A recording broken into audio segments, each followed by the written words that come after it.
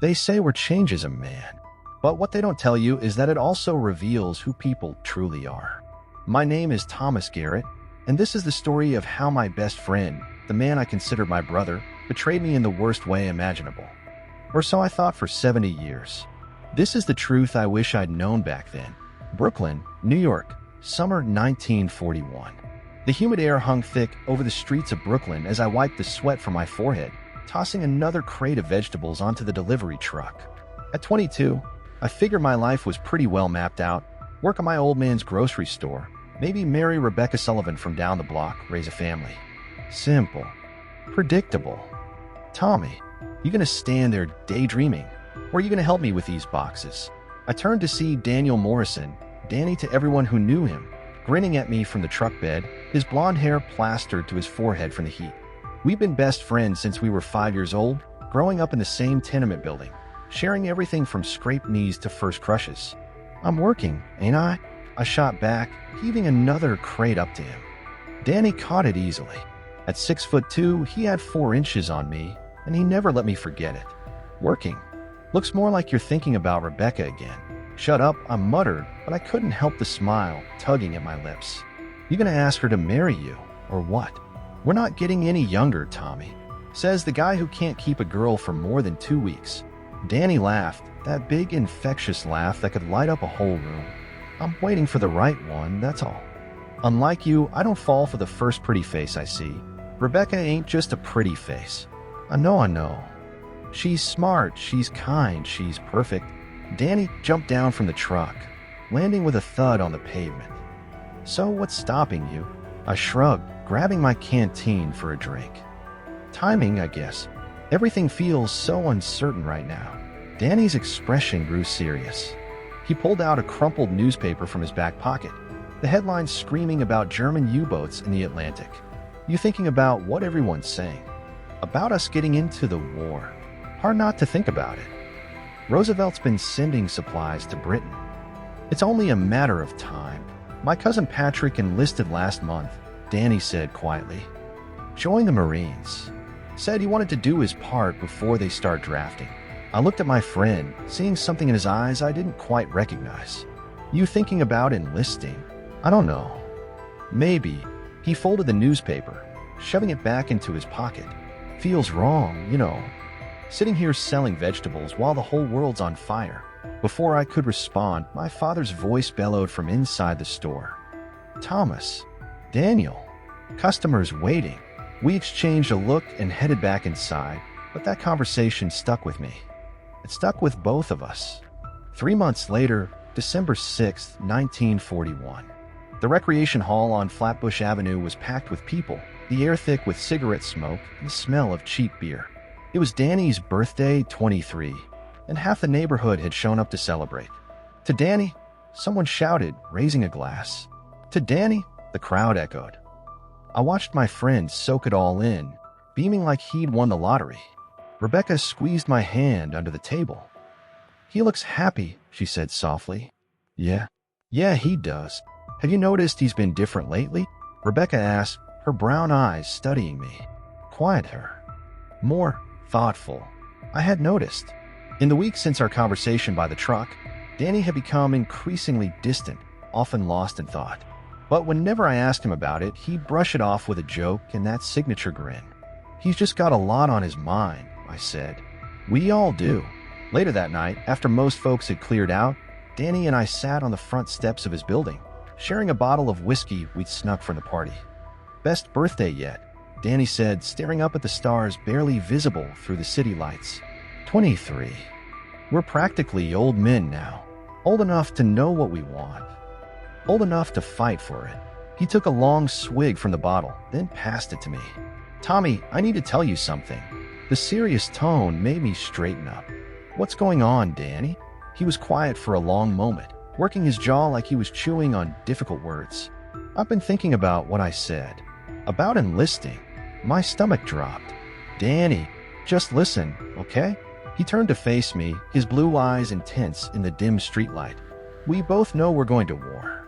It's not if anymore, it's when. And when that happens, I want to go in on my own terms. Not drafted, not forced. I want to choose. You're really doing this. I went to the recruitment office yesterday. I'm joining the army. Infantry. I felt like someone had punched me in the gut. When? I report to Fort Dix in 2 weeks. 2 weeks? Danny, that's... I stopped trying to process. Does your mother know? Not yet. I'm telling her tomorrow. He grabbed my shoulder.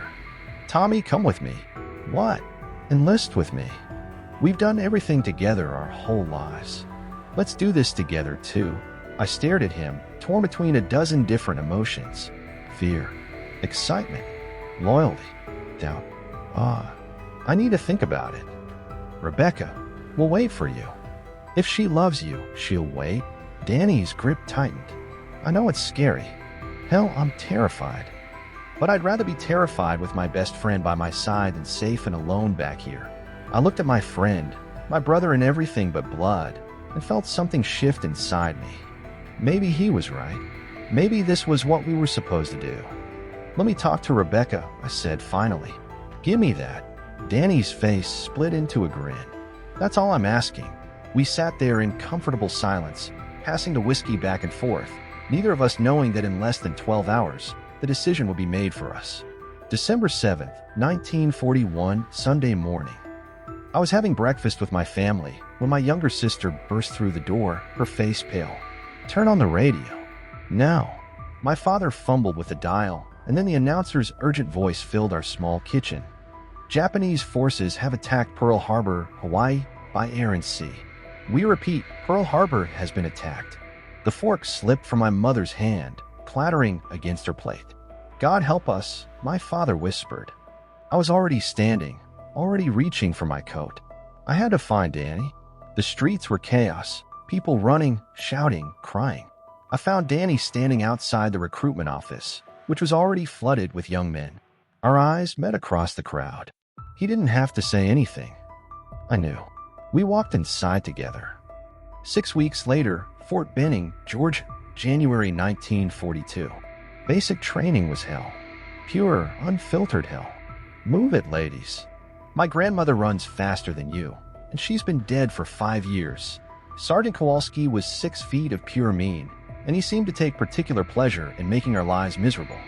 We ran until we vomited, did push-ups until our arms gave out, and then did them again. But through it all, Danny and I had each other. I can't feel my legs, I groaned, collapsing onto my bunk after a 20-mile march with full packs. What legs? Danny said from the bunk below mine. Pretty sure mine fell off around mile 15. I couldn't help but laugh, which hurt my ribs. Why did we do this again? Patriotism. Glory? Complete insanity. Probably that last one. Despite the misery, there was something exhilarating about it too. We were becoming something more than we'd been. Stronger. Harder. Ready. We also made friends, good ones. There was Marcus Washington from Atlanta, who could field strip a rifle blindfolded, Jimmy O'Connor from Boston, who never stopped talking, and Robert Chin from San Francisco, quietest guy in the unit but deadly accurate with a rifle. We became a unit. Brothers forged in sweat and exhaustion. One night, about 3 weeks into training, Danny and I were on fire watch together, sitting in the cold Georgia darkness. You ever write to Rebecca? He asked. Every week. You? I write to my mom. She's having a hard time with this. I heard the pain in his voice. Mrs. Morrison had been a widow since Danny was 10. He was all she had. She'll be okay. She's tough. Yeah. Danny was quiet for a moment. Tommy, promise me something. Anything. If something happens to me over there, look after her.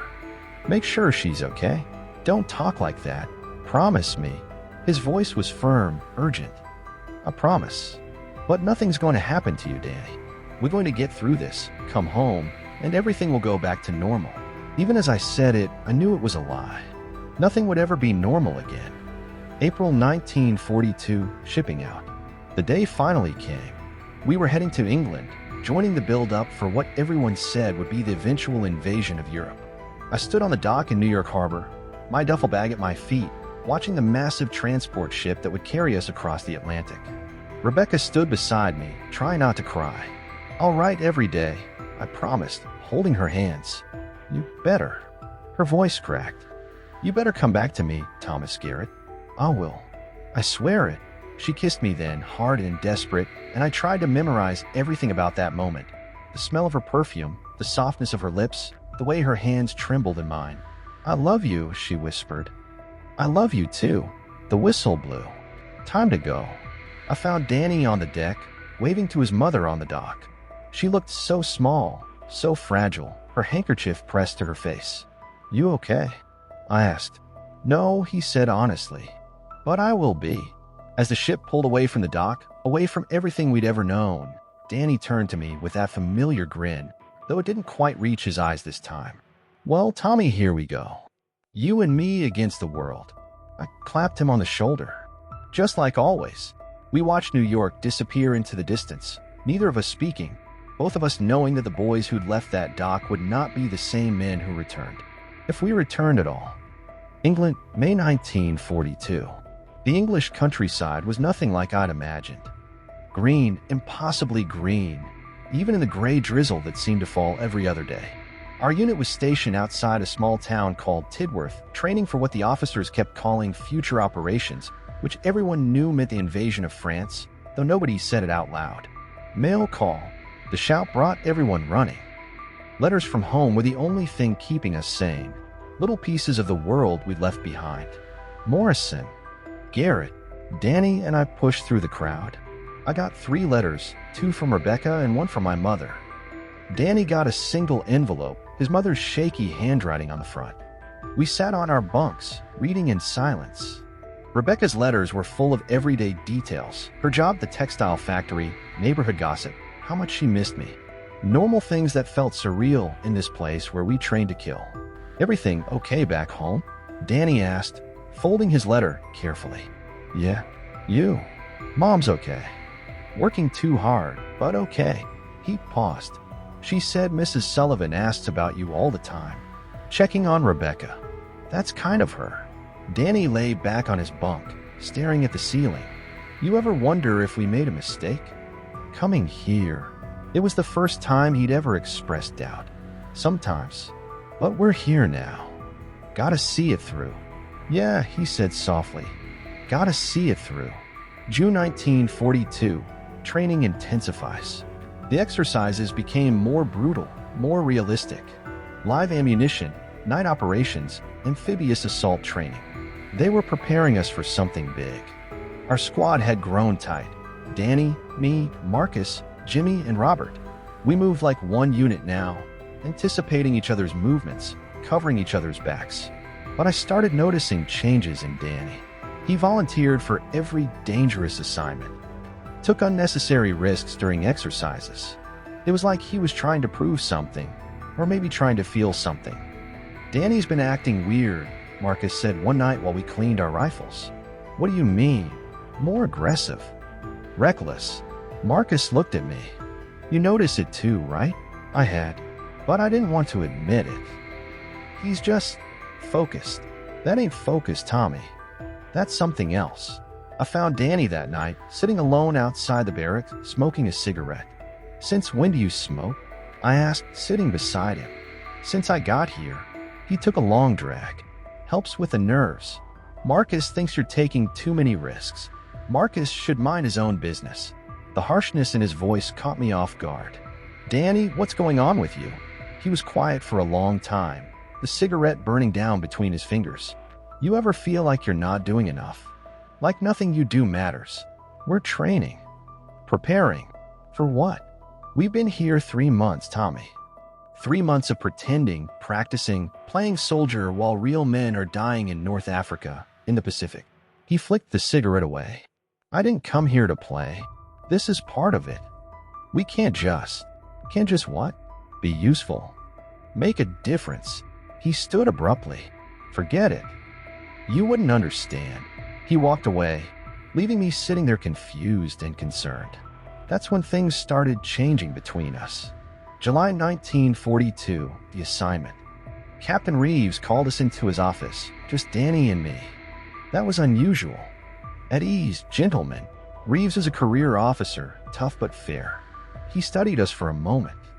You two come highly recommended by Sergeant Kowalski. High marks in tactics, marksmanship, physical conditioning. Thank you, sir, we said in unison. We're forming a special reconnaissance unit. Volunteers only. Deep penetration missions behind enemy lines, intelligence gathering, sabotage when necessary. He leaned forward. It's dangerous work. High casualty rate. But it's also the most important work we do. My heart hammered in my chest. This was real. This was what Danny had been craving. We're looking for 12 men. I want you two among them. Reeves looked between us. But understand, if you volunteer, there's no backing out. You'll undergo additional training, and when we deploy, you'll be the tip of the spear. I volunteer, sir, Danny said immediately. Reeves nodded, then looked at me. Garrett, I hesitated. This wasn't what I'd signed up for. I wanted to serve, do my part, but special reconnaissance? That was suicide with extra steps. Can I have some time to think about it, sir? 24 hours. Reeves dismissed us. Outside the office, Danny grabbed my arm. What's there to think about? This is our chance. Our chance to get killed, you mean? Our chance to actually do something. His eyes blazed with something between excitement and desperation. Come on, Tommy. We do this together, just like we planned. That's not what we planned. We planned to serve, not throw our lives away on suicide missions. It's not suicide, it's exactly what he said, high casualty rate. I pulled my arm free. I have Rebecca waiting for me. My family. I can't just. So that's it. Danny's face hardened. You're choosing her over this? Over us? That's not fair, isn't it? You've always played it safe, Tommy. Always taken the easy road. Well, some of us want more than safe, and some of us want to actually make it home. The words hung between us, sharp and cutting. Danny's jaw clenched. Fine. Do what you want. I'm volunteering, with or without you. He walked away, and for the first time since we were 5 years old, I felt the distance between us like a physical thing. The next day, I didn't sleep that night. I kept thinking about Danny's words, about Rebecca, about what I'd come here to do. At dawn, I found Captain Reeves. I volunteer, sir. Rebecca would understand. She had to. August-September 1942 special training. The special reconnaissance training made basic training look like summer camp. We learned demolitions, silent kills, Morse code, navigation by stars, survival skills, German language basics, and how to withstand interrogation. They pushed us past every limit we thought we had. Danny thrived. He was first in everything, fastest, strongest, most accurate. The instructors loved him. He was becoming the perfect soldier. But he was also becoming someone I didn't recognize. We barely spoke anymore, except for mission-essential communication. The easy friendship we'd shared for 17 years had evaporated, replaced by something cold and professional. You two have a problem. Sergeant Murphy, our reconnaissance instructor, asked one day after a particularly tense exercise. No, sir, we said together. Bullshit. I can see it from a mile away. He looked between us. I don't care if you're best friends or worst enemies, but when you're behind enemy lines, you trust each other with your lives or you both die. Figure it out. That night I tried. I found Danny in the mess hall, sitting alone. Can we talk? What's there to talk about? He didn't look up from his food. I sat down across from him. Danny, we've been friends our whole lives. I don't want to lose that over. Whatever this is, you already made your choice. You hesitated when it mattered. I didn't hesitate. I made a thoughtful decision. That's not the same thing. To you, maybe. He finally looked at me, and his eyes were cold. You know what I realized, Tommy? You've always held me back. Always been the cautious one, the careful one. Maybe it's time we both stop pretending we're the same person. The words hit like a physical blow. You don't mean that, don't I? He stood, picking up his tray. We're soldiers now, not kids from Brooklyn. The sooner you accept that, the better. He left me sitting there, feeling like I'd lost something I couldn't name. October 1942, first mission. Our first real mission came in October. A reconnaissance patrol into occupied France. Observe German positions near Calais. Report back. Simple. Low risk, they said. They lied. We inserted by boat on a moonless night, 12 of us moving through the darkness like ghosts. Danny was point man. I was second. The others spread out behind us. Everything went smoothly for the first 2 hours. We reached our observation point, cataloged the German fortifications, took photographs. Mission accomplished. Then everything went to hell. Patrol. German patrol. Robert hissed from his position. We froze. Through the darkness, I could hear German voices, boots crunching on gravel. They were close. Too close. Lieutenant Harrison made hand signals. Stay hidden. Let them pass. But Danny had other ideas. Before anyone could stop him, he moved forward, disappearing into the shadows. I heard a scuffle, a muffled gasp, then silence. When the German patrol passed, Danny emerged, wiping his knife on his pants. 2 bodies lay in the darkness behind him. Clear, he whispered. Harrison's face was furious. Morrison, what the hell? They would have found us, sir. I eliminated the threat. Your orders were to stay hidden. My orders were to complete the mission and bring everyone home. That's what I did. We exfiltrated in tense silence. Back at base, Harrison tore into Danny, threatening a court-martial for disobeying orders. But Captain Reeves intervened. Danny had saved the mission, saved lives. He received the commendation instead. That's when I realized Danny had stopped playing by the rules. And somehow that made him the hero. November 1942, Rebecca's letter. The letter came on a gray Tuesday afternoon. Dearest Thomas, I don't know how to write this, so I'll just say it plainly. I can't wait anymore. I thought I could, but every day you're gone feels like a year, and I don't know if you're alive or dead until weeks after your letters arrive. A man from the neighborhood, Arthur Peterson, you remember him, has asked to court me. He's 4F, working in the factories. He's here, he's safe, and he's kind. I'm so sorry, Thomas. I love you, but I need to live my life. I can't spend it waiting for a ghost. Please forgive me. Rebecca. I read it 3 times, feeling something inside me break. Danny found me an hour later, still holding the letter. What happened? I couldn't speak.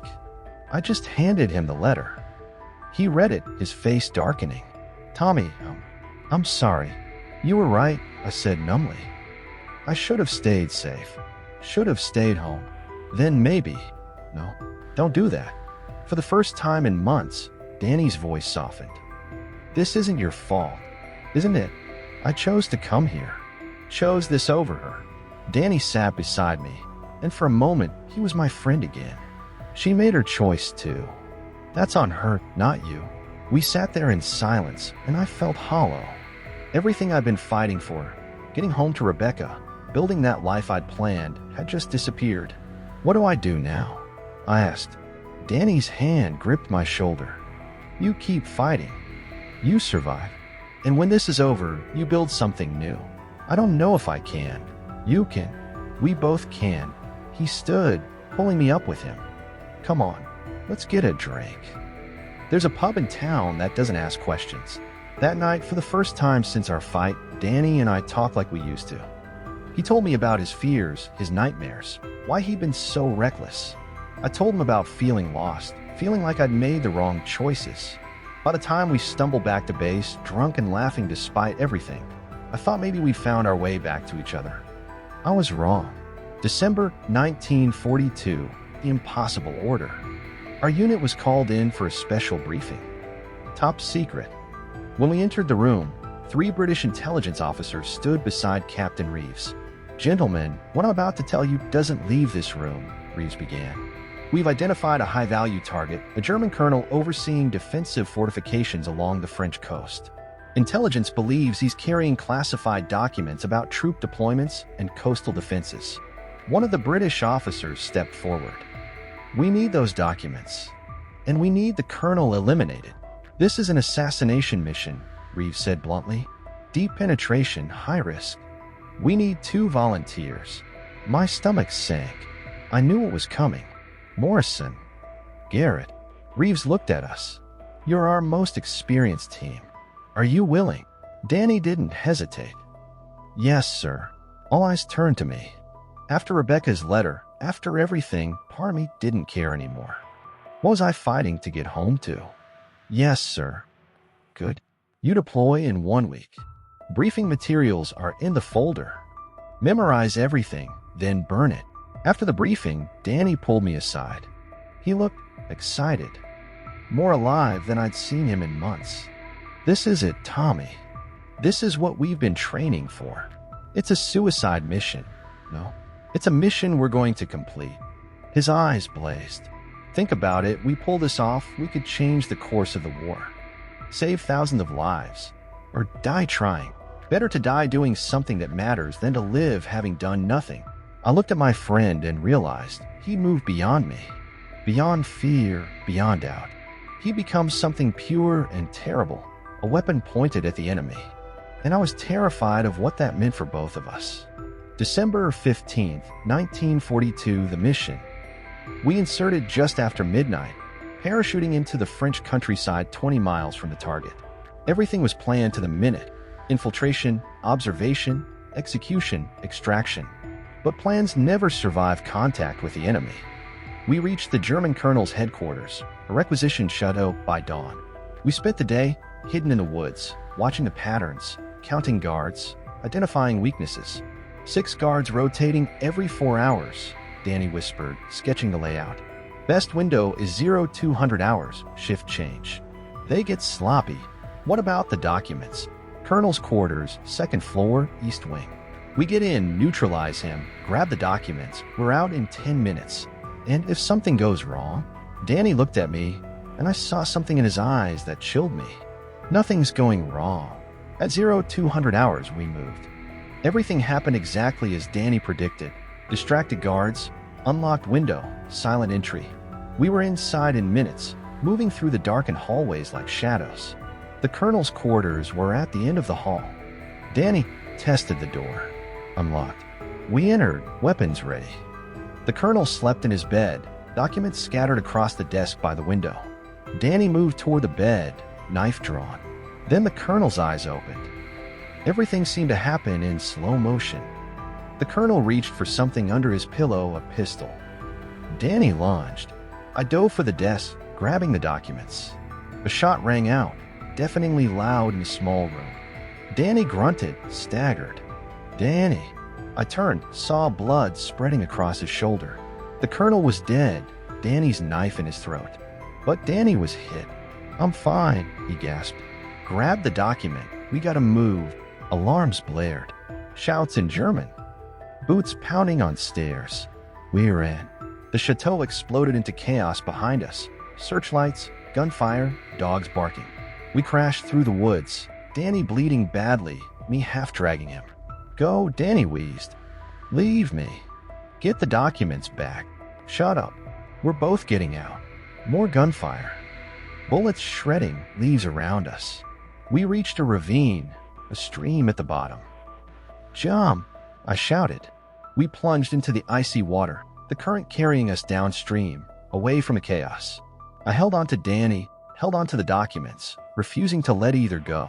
We washed up a mile downstream, gasping and freezing. Danny's shoulder was torn up badly, the bullets still lodged inside. I need to dig it out, I said. Not here. Too exposed. Danny struggled to his feet. Safe house.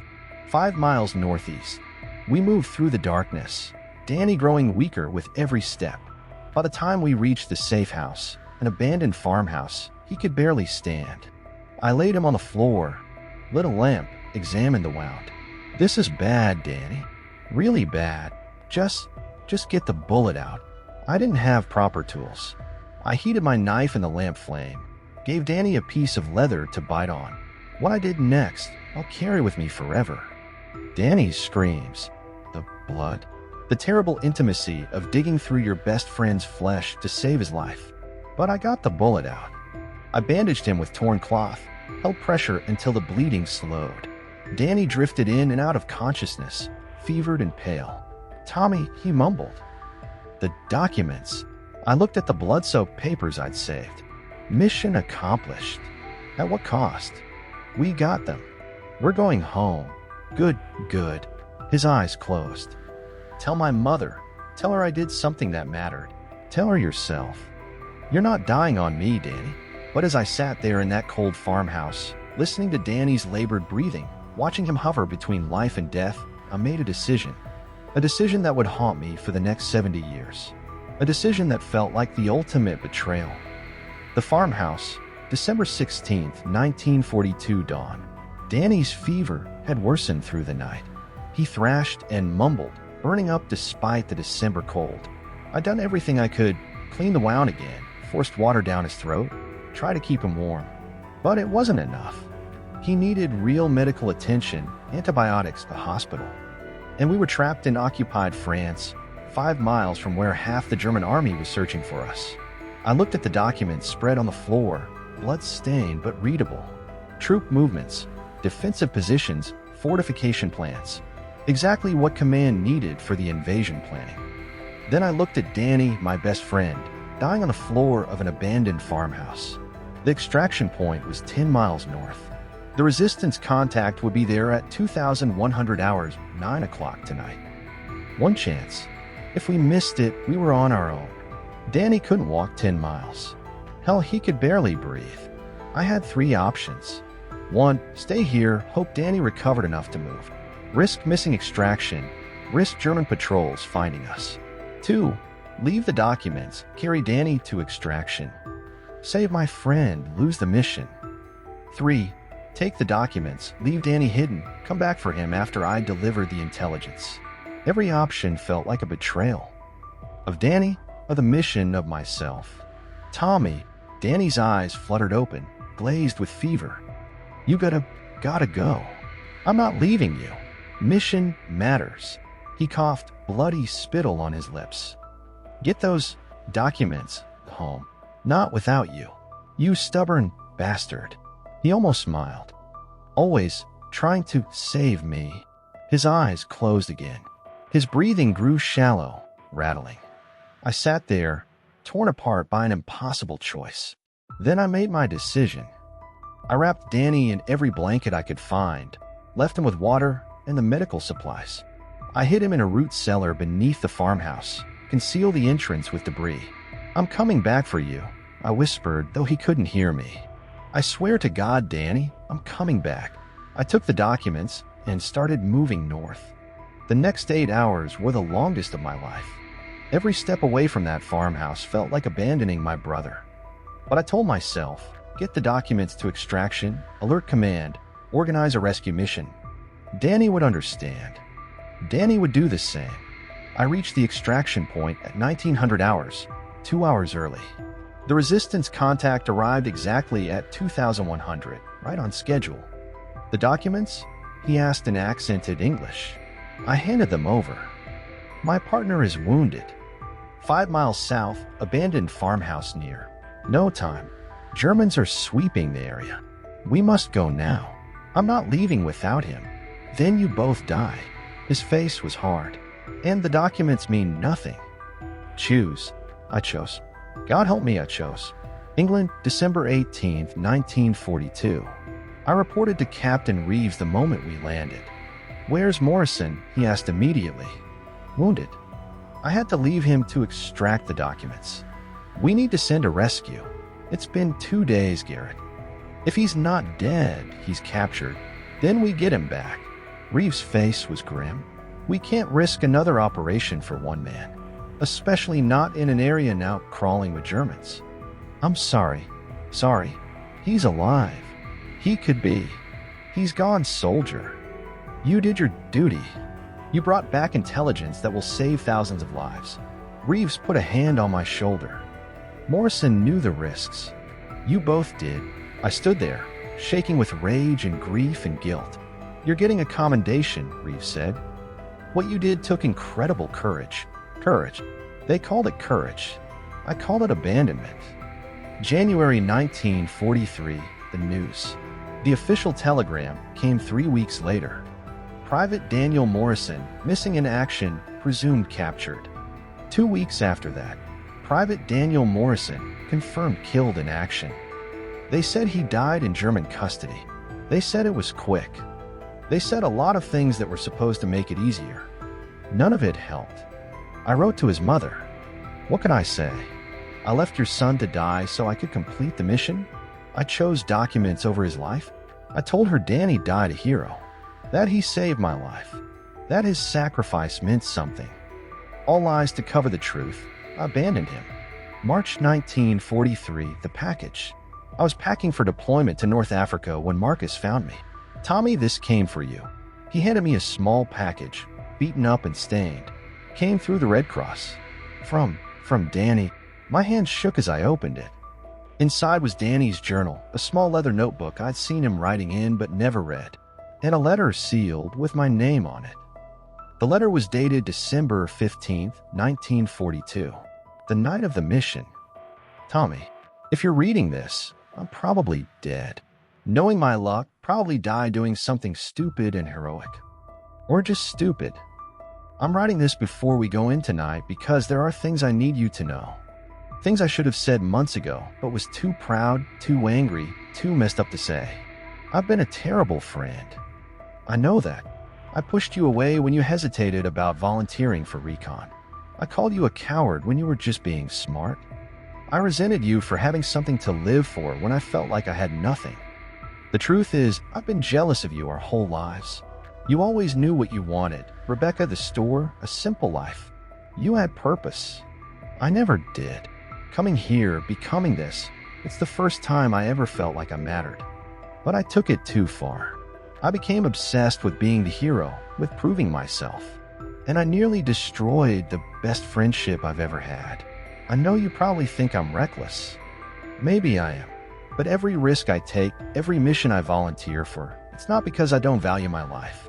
It's because if I'm going to die in this war, I want it to mean something. I want my mother to know I died making a difference. Tommy, if something happens to me tonight, I need you to know, whatever you do, whatever choice you make, I trust you. If you have to choose between saving me and completing the mission, choose the mission. I mean that. Some things are bigger than us. Bigger than friendship. Bigger than individual lives. Those documents could save thousands. If my life is the price for that, it's a price I'm willing to pay. Don't carry guilt for me, Tommy. Don't let my death ruin your life. You're the best man I've ever known, and you deserve to survive this war and build the life you've always wanted. Take care of my mother. Tell her I loved her. Tell her I was proud to serve. And thank you for 17 years of friendship. For following me into this insane war. For being the brother I never had. Your friend always, Danny. I read it 3 times, tears streaming down my face. He'd given me permission. Before we even went on the mission, he'd released me from the guilt. But it didn't help. It didn't change what I'd done. April 1943, North Africa. I volunteered for every dangerous mission. Didn't matter what it was, reconnaissance, assault, mine clearing. I was trying to die, trying to make up for leaving Danny behind. But I couldn't die. I survived everything. Got shot twice, nearly blown up, caught malaria. But I kept surviving. Like the universe was punishing me by keeping me alive. Marcus finally cornered me after a particularly reckless mission. You got a death wish? I'm doing my job. Bullshit. You're trying to kill yourself. He grabbed my shoulder. Danny's death wasn't your fault. You don't know what happened. I know you're acting like a man with nothing to live for. Danny wouldn't want that. Danny's dead because I left him. The words exploded out of me, raw and agonized. Marcus stared. What are you talking about? So I told him. Everything. The farmhouse, the choice, leaving Danny to die alone. When I finished, Marcus was quiet for a long moment. You did the right thing, he said finally. How can you say that? Because Danny was already dying. You said yourself he needed a hospital, antibiotics. Even if you'd carried him to extraction, he probably wouldn't have made it.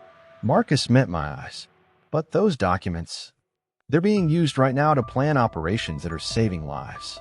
You honored his sacrifice by getting them home. I should have stayed with him.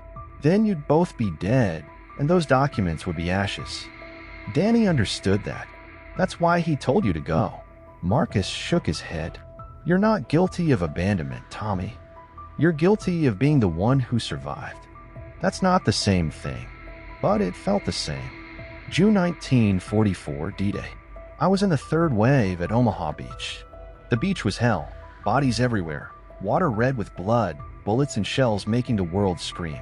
But I thought about Danny, about those documents I'd saved, about the intelligence that helped plan this invasion. His death had meaning. I had to believe that. I fought my way up that beach, through France, through Belgium.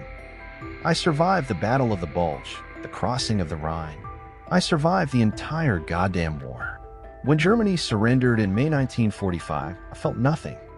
No joy, no relief. Just emptiness. Brooklyn, September 1945. I came home to a parade and strangers' gratitude. They pinned medals on my chest and called me a hero. I visited Mrs. Morrison first. She'd aged a decade and 3 years, her hair white, her face gaunt. "Thomas," she whispered, pulling me into an embrace. "You came home. I'm so sorry, Mrs. Morrison. I'm so sorry about Danny. The Army sent his things. His medals.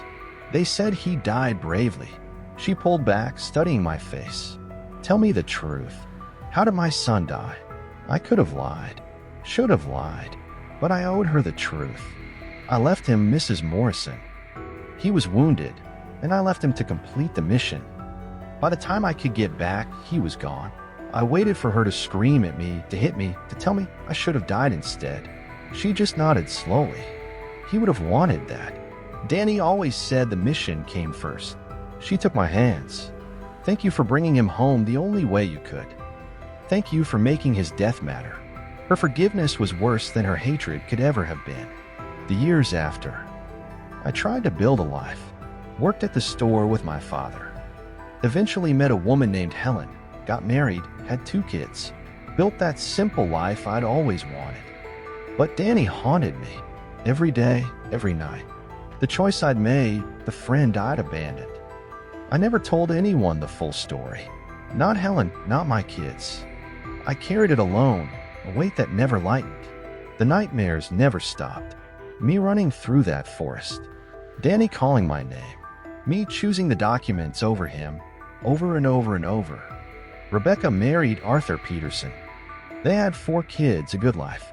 Sometimes I'd see her in the neighborhood, and we'd nod politely like strangers. Everything I'd fought to get home to was gone, and the friend I'd sacrificed it all for was dead because of me. Or so I thought. For 70 years I thought that. Until last month, when everything changed. Present day, Brooklyn, November 2012. I'm 92 years old now. Dying, according to the doctors. Cancer inoperable. Got maybe 6 months, they say. I made peace with it. Figured I'd see Danny soon. Finally get to apologize properly. Then my granddaughter Sarah came to visit. "Grandpa, I've been working on a project. Researching family history. She's a history professor, passionate about World War II. I found something. About Daniel Morrison." My heart clenched at his name. "What about him?" She pulled out a file folder, thick with documents. I requested his military records through the Freedom of Information Act. Most of it's what you'd expect: enlistment records, training reports, mission logs. "Sarah, I don't think I can.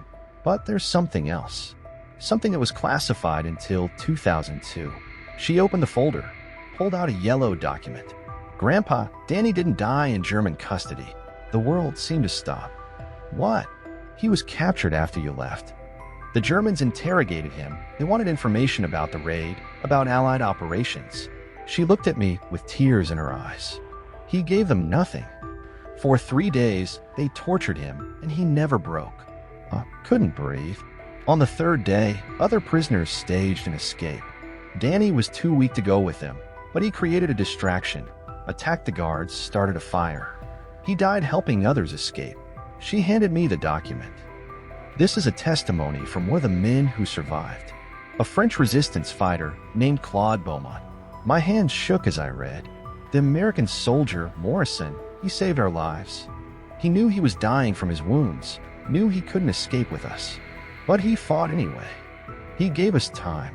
The last thing he said was, "Tell Tommy it wasn't his fault. Tell Tommy I understand." Then he died fighting. He was the bravest man I ever met. "There's more," Sarah said softly. She pulled out another document. "The intelligence you brought back, the documents, Military historians say it was crucial for D-Day planning. One analyst estimated it saved between 500 and 1,000 Allied lives during the invasion. She pulled out one more piece of paper. And this was found in a German archive in Berlin in 2001. It was a German military report, translated to English. Prisoner Morrison, Daniel J., refused to provide intelligence despite enhanced interrogation. Subject maintained that his sacrifice was worthwhile if documents reached Allied command. Subject died during escape attempt before additional interrogation could be conducted. Recommend increasing security measures. I stare at the words, my vision blurring with tears. Grandpa, Danny knew you had to leave. He understood. And after you left, even captured and dying, he never regretted it. Sarah squeezed my hand. He forgave you before there was anything to forgive. You didn't betray him. You honored his choice. 70 years. 70 years of guilt, of nightmares, of believing I'd abandoned my best friend. And all along, Danny had understood. More than that, he died proud of what we'd accomplished together. I thought. My voice cracked. I thought he died hating me, thinking I abandoned him. He died knowing you did exactly what he asked you to do. What needed to be done. Sarah wiped her eyes.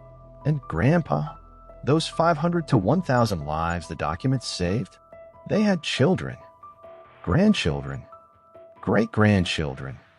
Because of what you and Danny did, thousands of people exist today who wouldn't have otherwise. I looked at my granddaughter, smart, kind, alive. Her father was my son who never would have been born if I died in that farmhouse with Danny. Danny's sacrifice had created futures he'd never see, lives he'd never know. But they existed because of him. I need to tell you the full story, I said. Everything that happened. Can you record it? Of course. So I told her. Everything I'd kept hidden for 7 decades. The choice, the guilt, the nightmares, the lifetime of wondering if I'd done the right thing. And for the first time since December 1942, I felt the weight begin to lift. 1 week later, Sarah had arranged something special. She'd found 3 survivors who'd been at Omaha Beach, men whose lives were saved by the intelligence Danny and I had secured. They came to my house, frail old men like me, but alive, with children and grandchildren of their own. Mr. Garrett, one of them said, his voice thick with emotion. I was in the 29th Infantry Division. First wave at Omaha. The intelligence about German positions, it let us know where to avoid, where to hit. Without it, my entire company would have died in the first 5 minutes. Another man nodded. My grandson is a doctor now. Saves lives every day. He exists because you and your friend got those documents home. I wept. For Danny. For all the years I'd wasted in guilt. For the weight finally lifting. 2 months later, January 2013. I'm writing this from hospice. The cancer's won, but I'm at peace. Sarah's going to publish my story. The truth about Danny, about the choice, about the betrayal that never was. I want other veterans to know. Sometimes the right choice feels like betrayal. Sometimes surviving feels like failure. Sometimes the hardest thing you can do is live with the choices you make in war. But Danny understood. He always understood. I'm seeing him soon. I've got 70 years of apologies ready. Though I suspect the first thing he'll say is, "Shut up, Tommy. We got the job done, didn't we?" And you know what? We did. Final entry, February 14th, 2013. Last night, I dreamed I was back in that farmhouse. But this time, when I told Danny I had to leave, he smiled. "Go," he said. "Make it count. I'll come back for you." I know. But Tommy, even if you can't, it's okay. Some things are bigger than us. You taught me that. I didn't teach you anything. You taught me everything. He gripped my hand. You taught me what real courage looks like. Not the reckless kind, but the kind that makes the hard choices. The kind that lives with the consequences. I miss you, Danny. I know. But you'll see me soon. He grinned, that familiar Danny grin. And then you're buying the first round. I woke up at peace. This afternoon, Sarah came to visit. She brought something, a plaque that's being installed at the Veterans Memorial in Washington, D.C. It reads, "In memory of Private Daniel J. Morrison and all those who made the ultimate sacrifice."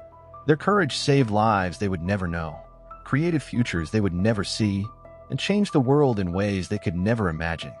We honor not just their deaths, but the meaning those deaths still hold. Danny would hate this, I told her, but I was smiling. Too sentimental. Danny would love it, Sarah corrected. Because it's true. She's right. Closing statement, narration. My name is Thomas Garrett. I'm 92 years old, and I'm dying. For 70 years, I believed I betrayed my best friend. I carried that guilt like a stone around my neck, let it poison every good thing in my life. But the truth is, I honored him. I honored his choice, his sacrifice, his courage. Danny Morrison died a hero. Not because he killed the enemy or won medals, but because he understood what truly mattered. He gave his life so others could live. And even in captivity, even dying, he never regretted it. That's not betrayal. That's love. The kind of love that transcends death and time. To anyone listening to this who carries guilt from war, from impossible choices, from surviving when others didn't, you didn't betray them. You honored them by living, by carrying their memory, by making their sacrifice mean something. Danny, if you can hear me, I understand now. It took me 70 years, but I finally understand. You didn't betray me. I didn't betray you. We were brothers. We did what needed to be done. And I'll see you soon, old friend. The first round's on me. Thomas Garrett passed away peacefully on February 18, 2013, surrounded by his family. He was buried with full military honors beside Daniel Morrison in the Veterans section of Greenwood Cemetery, Brooklyn. The intelligence he and Danny secured in December 1942 is now recognized by military historians as one of the crucial intelligence coups of the war's planning phase. Conservative estimates suggest it directly saved over 800 Allied lives during the D-Day invasion and subsequent operations. Sarah Garrett published her grandfather's testimony in 2014. It has since been used in military ethics courses and veteran support programs, helping thousands of veterans process combat trauma and survivor's guilt. In 2015, both Thomas Garrett and Daniel Morrison were posthumously awarded the Distinguished Service Cross, the military's second highest decoration for valor. Danny's final words to the French resistance fighter, "Tell Tommy it wasn't his fault. Tell Tommy I understand," are now inscribed on the memorial plaque in Washington, D.C., alongside his name and Thomas's. Two boys from Brooklyn. Two friends who became brothers. Two soldiers who made an impossible choice and lived with it in different ways.